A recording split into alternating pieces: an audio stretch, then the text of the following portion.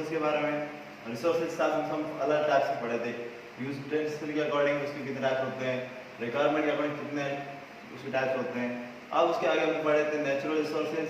इससे आज हम पढ़े उसका नेक्स्ट पार्ट आता है ह्यूमन रिसोर्सेज। ह्यूमन रिसोर्सेज, फिर रिसोर्सेज डेवलपमेंट कैसे किया जाता है, कंजर्वेशन ऑफ रिसोर्सेज कैसे होती है, वापस सस्टेनेबल डेवलपमेंट क्या होता है और सस्टेनेबल डेवलपमेंट के प्रिंसिपल क्या होते हैं। इसी साथ आज हमारे चैप्टर भी क्या हो जाएगा, क्लोज हो जाएगा। सो द स्टडी करते हैं ह्यूमन रिसोर्सेज। ह्यूमन रिसोर्सेज का मीन्स आता है ह्यूमन बीइंग। अब human being all over students और एवरी वर्ड जानता है human is also social creature. तो ह्यूमन अगर सोशल क्रीचर होता है तो उसके बाद उसके रिसोर्सेज में कब कन्वर्ट हो सकता है, क्योंकि everything is resources we can use and we can need. अगर हमारे पास कोई भी चीज़ रिसोर्सेज बन सकती है, अगर हम उनका इस्तेमाल करना, उनका यूज करना सीख जाए तो हमारे ऑल ओवर वर्ल्ड की सबसे ज़्यादा पॉपुलेशन वर्ल्ड में है, उसके भी सबसे बड़ी पॉपुलेशन चाइना में, सेकंड नंबर इंडिया में जो लार्जेस्ट पॉपुलेशन है। तो पॉपुलेशन में ह्यूमन बीइंग हमारे इंडिया में ज़्यादा है। अगर उनको रिसोर्सेज में कन्वर्ट कर लिया जाए, यानी कि जितने भी ह्यूमन बीइंग है उनके स्किल, उनके टैलेंट, उनके नॉलेज, उनके आईक्यू, उनके एटीट्यूड, इन सबको मिक्स करके उनको अगर रिसोर्सेज में कन्वर्ट कर लिया जाए तो हमारा इंडिया कितना ग्रेटर, एंशिएंट टाइम ग्रेटर था, तो आज हमारा इंडिया कितना वापस उसी कल्चर, उसमें वर्ल्ड हेरिटेज में वापस आ सकता है कि हम इंडिया कितना डेवलपमेंट कर सकते हैं। तो ये डेवलपमेंट तभी हो सकता है जब every human being as a convert into resources. अब रिसोर्सेज में कन्वर्ट कैसे हो सकता है, तो बेसिक डेफिनेशन क्या होगी, the personal of a business और organisation regarded as a significant asset in terms of skill and abilities। यानी अगर एवरी ह्यूमन बीइंग, अगर एवरी स्टूडेंट अपने आप में स्टार्ट से सोचना शुरू कर दे कि मेरे में ये वाला टैलेंट है, मैं इस टैलेंट को अपने आप में बेस्ट करूंगा और इंडिया के डेवलपमेंट में रोल प्ले करूंगा, तो उसका जो स्किल डेवलपमेंट होगा वो उसके इंडिया के लिए क्या बन जाएगा, रिसोर्सेज बन जाएगा। यानी कि एज ए ह्यूमन बीइंग देख लीजिए, हमने छोटा सा चार्ट बताया, ह्यूमन रिसोर्सेज टीम वर्क करने पर आपको डेवलपमेंट मिल सकता है। आप अपनी स्किल पहले सर्च करें, आपके अंदर स्किल क्या है, स्किल मैंने होती है, तो आपस में ऐसे स्किल के लोगों को सर्च करें अपने कंपनी में, फिर टीम वर्क करें, विजन बनाएं और साथ आपस career, skill, benefit, promotion, growth. जब जैसे सब कुछ आपस में मिक्स होगा तो श्योर सी बात है कि ह्यूमन खुद किसमें कन्वर्ट हो जाएगा, रिसोर्सेज में। और ह्यूमन जब रिसोर्सेज में कन्वर्ट हो जाएगा तो हमारे इंडिया को वर्ल्ड डेवलपमेंट कंट्री बनने में कोई भी पीछे नहीं रोक सकता। बशर्ते हम लोग क्या करते हैं, हमारे पास सारी एबिलिटी है, हमारे पास टैलेंट मल्टीपल है, बट हम उसे यूटिलाइज नहीं करते। क्यों? क्योंकि हमें नहीं लगता कि हम ये कर सकते हैं। कुछ लोगों को लगता है कि हमारे में कोई स्किल नहीं है, कोई टैलेंट ही नहीं है।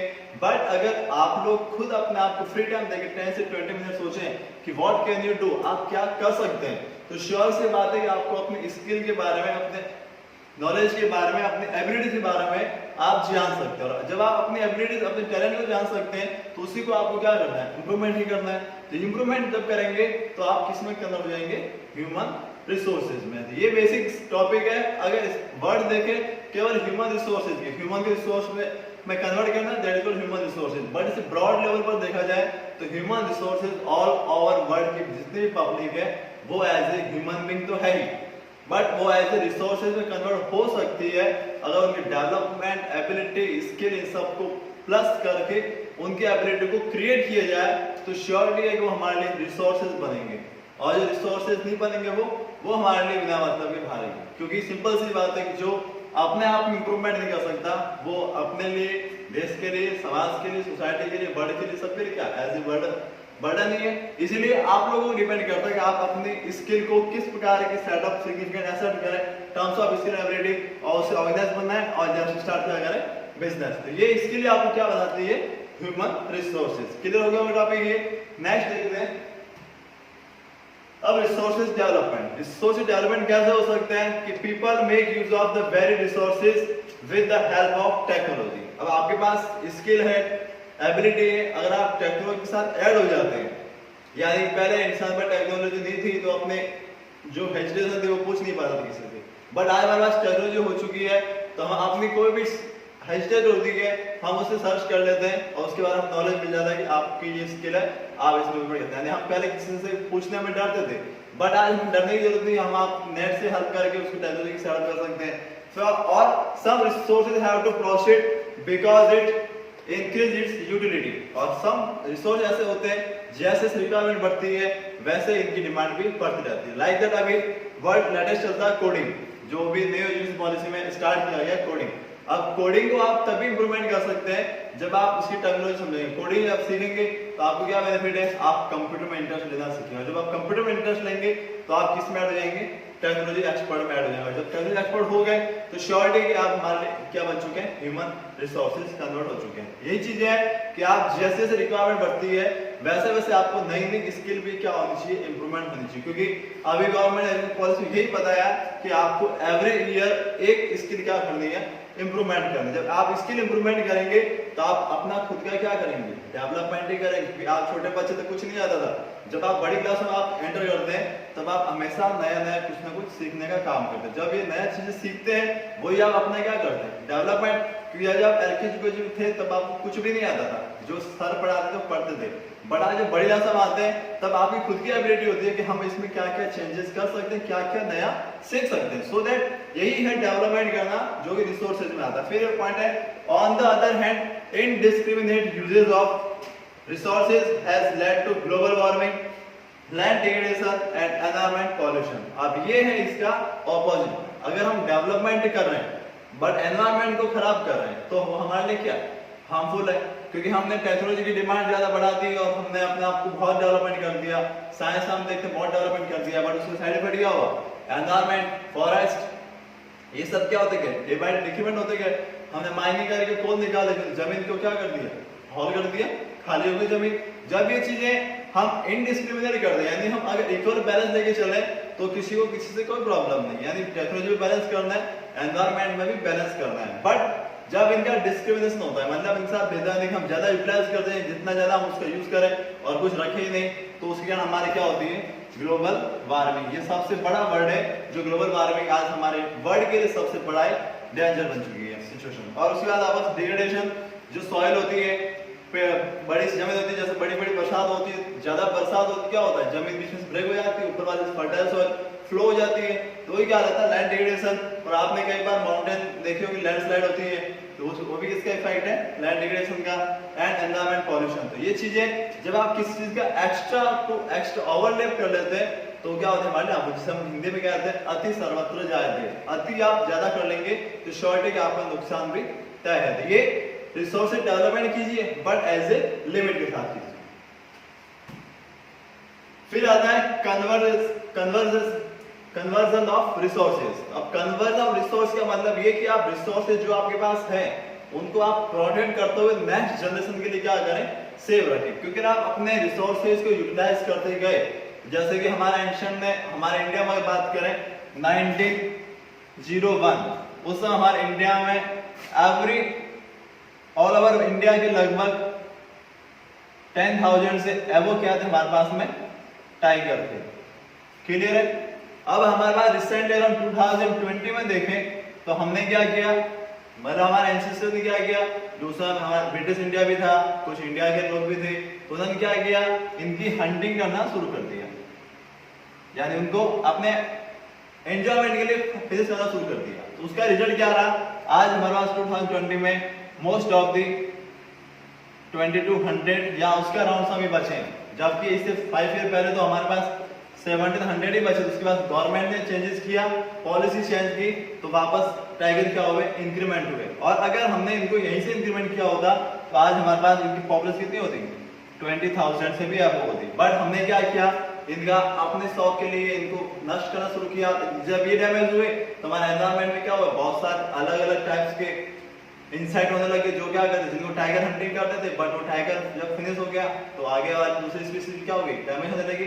तो आने वाले टाइम में अगर हमने इनको प्रोटेक्ट नहीं किया तो हमारी जो नेक्स्ट 4 या 5 जनरेशन होगी वो केवल बुक्स में पढ़ेगी कि हमारे इंडिया में टाइगर थे.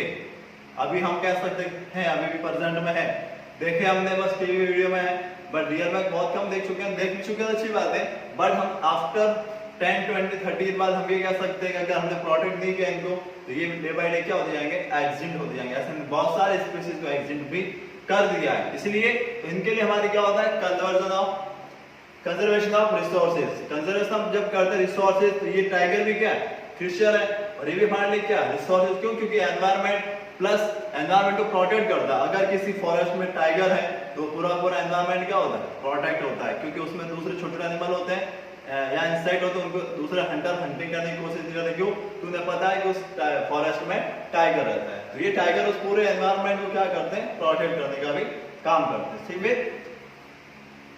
कंजर्वेशन ऑफ नेचुरल रिसोर्सेज देखते हैं। तो take the responsibility to conserve natural resources, यानी आपको रेस्पॉन्सिबिलिटी उठानी होगी।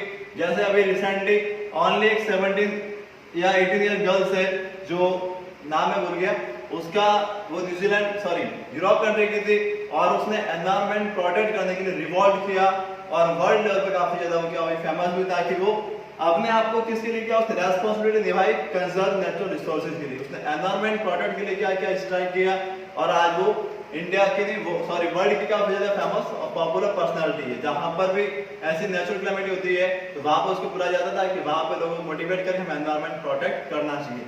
फिर आता है reduce the consumption of natural resources, हमें ज्यादा नेचुरल रिसोर्सेज पे कंजप्शन कम करना होगा ताकि भविष्य में उसको क्या कर सके, प्रोटेक्ट कर सके। ऐसा नहीं कि आज हमारे पास खाना बहुत आ गया हम सारा खाना खा रहे हैं, अब खाना ज्यादा खाओगे क्या होगा, आपका डाइजेस्ट सिस्टम खराब होगा। लाइक दैट आपके पास रिसोर्सेज हैं, आप उतना यूटिलाइज करें जितना आपके लिए रिक्वायरमेंट है।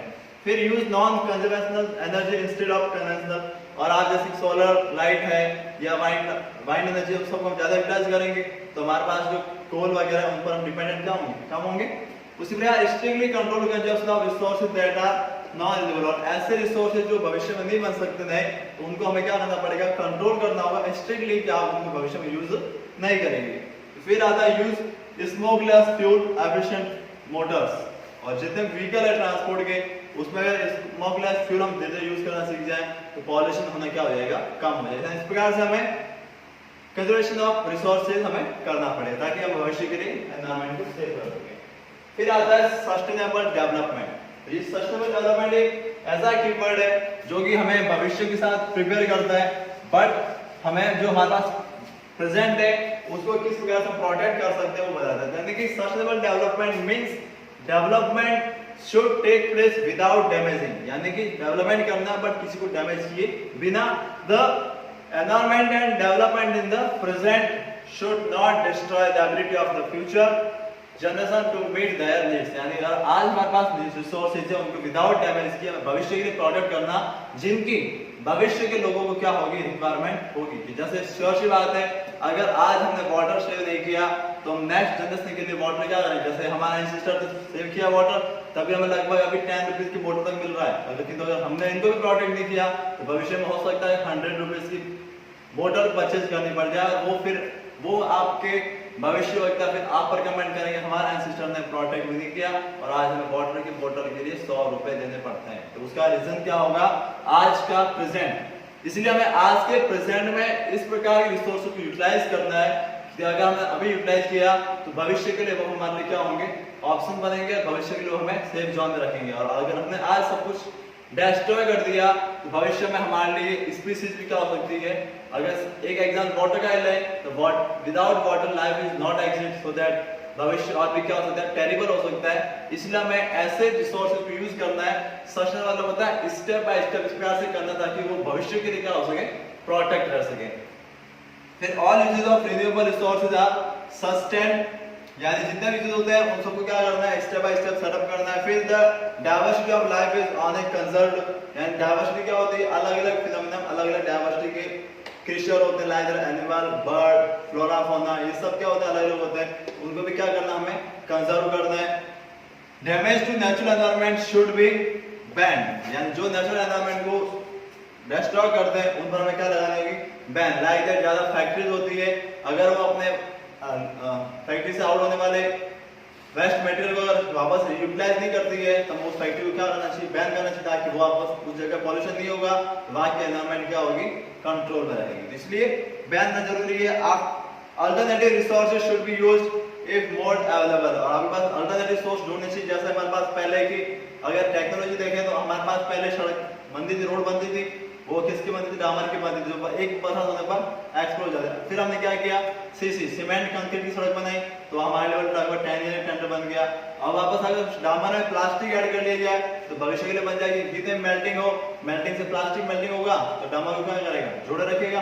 तो ये हमने जैसे जैसे यानी जैसे अल्टरनेटिव सोर्सेज हमारे पास आते जाते हैं, हम उनको दूसरे तरीके से यूटिलाइज करना सीखें और हमारा अपने आप को डेवलपमेंट भी करते रहे। यानी कि डेवलपमेंट इस प्रकार से करें ताकि सस्टेनेबल भी हो और भविष्य के लिए हमें उसको क्या कर सकें, प्रोटेक्ट भी किया जा सके। अब इसके लिए प्रिंसिपल क्या होते हैं, अब प्रिंसिपल ऑफ सोशल डेवलपमेंट, इसलिए प्रिंसिपल आपको भी हमको सबको फॉलो करने पड़ेंगे। तो respect and care for all form of life to achieve a dynamic result. अगर हम सभी लोग मिलके इस एक फॉर्म में अगर विचार करें, डिस्कस करें और भविष्य के लिए प्रोजेक्ट करें तो हमारे लिए क्या आएगा, उसके डायनामिक रिजल्ट। जैसे कि हमारे टाइगर पर रिसर्च किया, हमने बताया कि उसको हमने प्लॉट किया, इतने ही थे और आज हमारे पास कितने हो गए, यानी प्लस किया हमने, यानी कि हमने डायनामिक रिजल्ट मिलेगा अगर हम सभी लोग मिलजुल कर एनवायरनमेंट को प्रोटेक्ट करें, रिसोर्सेज को प्रोटेक्ट करें तो हमारा भविष्य और भी क्या हो सकता है, हम उसको और भी अच्छे से सेव कर सकते हैं। फिर improve the quality of human life through interactive with the all nation, यानी ह्यूमन लाइफ को और ऑफ नेशन जितने भी है उन सब के साथ मिलकर प्लानिंग की जाए तो हमारा एनवायरनमेंट बहुत ही बेस्ट हो सकता है। फिर conserve the earth vitality and diversity, vitality और डाइवर्सिटी मतलब होता है भिन्नताएं और डिफरेंट आर्ट फ्लोरा फौना, इन सबको अगर प्रोटेक्ट किया जाए तो भविष्य का एनवायरनमेंट सिस्टम और इकोलॉजी सिस्टम होगा वो हमारे लिए क्या होगा, बेस्ट बना रहेगा। जहां इकोलॉजी सिस्टम बेस्ट होता है वहां पर डिफरेंट टाइप्स के फ्लोरा फौना आपको देखने के लिए मिल जाते हैं।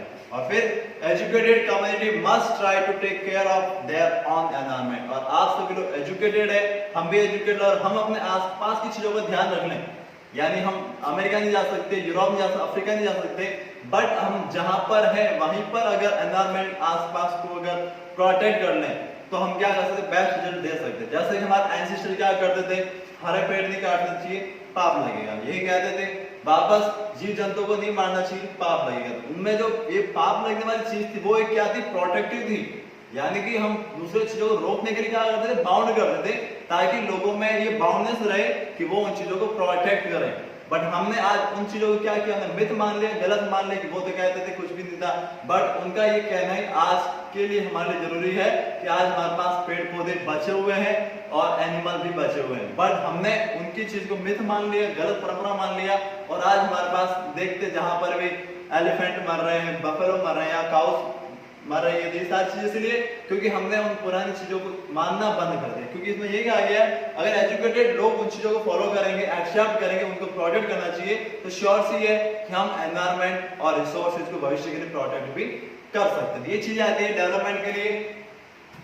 और फिर हमारा यही है कि हम जितना सेव एनवायरनमेंट करेंगे उतना ही हमारा ब्राइट क्या होगा, फ्यूचर होगा। क्योंकि आज हमने save water day, save environment day, save earth day, save globalisation day, हमने बहुत सारे सेव करके बनाए हैं, बट हमने कभी इसको फॉलो नहीं किया। जैसे हमने देखें गो ग्रीन बनाना है तो उसके लिए save water, save planet, plant tree, save nature, हमने सारे सेव करना। एनवायरनमेंट डे क्यों बनाते हैं, एनवायरनमेंट डे सभी बनाते हैं, बट क्यों बनाते हैं, एनवायरनमेंट को प्रोटेक्ट रख सकें। वाटर डे इसलिए बनाते हैं कि वाटर को कंजर्व कर सकें। अर्थ डे इसलिए बनाते हैं कि अर्थ को हीटिंग से कन्वर्ट होने से बचा सकें। बाबा जितने भी डिफरेंट टाइप्स के एनिमल डे मनाते हैं ताकि उन एनिमल को रिमेंबर करते, एनिमल को प्रोटेक्ट करने के लिए आगे आए। यानी कि ये सेव करने का ऑप्शन ही तो छोटा सा नहीं है, सेव करने का मेन मोटिव ये है कि हम एनवायरनमेंट से रिलेटेड जितने भी एनिमल है, ह्यूमन बींग्स है, प्लांट है, स्पीसीज है, उन सबको जितना प्रोटेक्ट करेंगे वो भविष्य के लिए हमारे लिए क्या बनेंगे, बेस्ट रिसोर्सेज बनेंगे। लाइक दैट हमारे पास ओशियन था, या एक छोटा सा एग्जांपल है पॉन्ड का। पॉन्ड में हम लोग पहले एंजॉयमेंट करने जाते थे, फिर हमने सोचा कि पॉन्ड से अच्छी इनकम हो सकती है, हमने फिशिंग वाला बिजनेस सेटअप करें, तो हमने पॉन्ड डिजाइन किया, पॉन्ड में हमने फिशिंग करना शुरू की, तो उससे क्या होने लगी, अर्निंग होने लगी, और फिशिंग से फिशिंग की लाइफ बढ़ी, तो वो हमारा उस जोन का एनवायरनमेंट क्या हुआ, अच्छा हुआ। एक एग्जांपल, असम के कुछ लोग थे जिन्होंने पूरा बंजर प्लेस था, वहां पर उन्होंने लगभग 10 ईयर स्ट्रगल किया, और उस में पहले ना तो पेड़ पौधे थे, ना ही कोई पशु पक्षी आते थे, और न ही वहां पे किसी प्रकार की एग्रीकल्चर होती थी, बट उन्होंने 5 से 10 ईयर स्ट्रगल किया वहां के लोगों ने, और आज वो सबसे ग्रीन प्लेस बन गया, और वहां पे डिफरेंट टाइप के एनिमल और फिशर वहां पे देखने को मिलते हैं। तो वो कैसे हुआ, उन लोगों की हिम्मत, लगन और अपने एनवायरमेंट को प्रोटेक्ट करने की क्यूरियोसिटी ने उनको क्या बनाया कि वो उस जगह को ग्रीन कर सके और आज वहां पर अच्छी चीजें। और दूसरा एग्जांपल है जैसलमेर का। तो जैसलमेर में एग्जांपल कहते हैं कि केसर जिसमें सैफरन कहते हैं वो ओनली ठंडे प्लेसेस में होती है, जैसे कि कश्मीर है या फिर सिक्किम है, वहां पर होती है। बट उस एक व्यक्ति का नाम मुझे नहीं पता, उस व्यक्ति ने क्या किया, जैसलमेर जैसे 50 डिग्री टेम्परेचर वाले जोन में भी उसने सैफरन की एग्रीकल्चर की, जो काबिल तारीफ। उसने ये बता दिया कि अगर आप में हिम्मत तो लगन हो तो आप किसी भी क्लाइमेट में आप अपना को सर्वाइव करके एनवायरमेंट को प्रोटेक्ट कर सकते हो। तो आज हमारे पास राजस्थान में इंदिरा गांधी कैनाल होने से हमने क्या हुआ, आज पूरा राजस्थान भी ऐसा डेजर्ट है जहाँ पे डिफरेंट टाइप की बायोडाइवर्सिटी पाई जाती है। तो राजस्थान एक थार डेजर्ट इसलिए वर्ल्ड फेमस है, बाकी जहाँ सारे डेजर्ट में कोई पॉपुलेशन नहीं है वहाँ थार डेजर्ट सबसे ज्यादा पॉपुलेशन है, क्योंकि वहाँ के लोग अभी भी एनवायरमेंट फ्रेंडली है। Conserve environment, let's be eco friendly. ये सारी चीजें तो आपको भी ध्यान रखना है कि आप सेफ एनवायरमेंट रखेंगे तो ब्राइट फ्यूचर आपका ऑटोमेटिकली हो जाएगा। Thanks for class.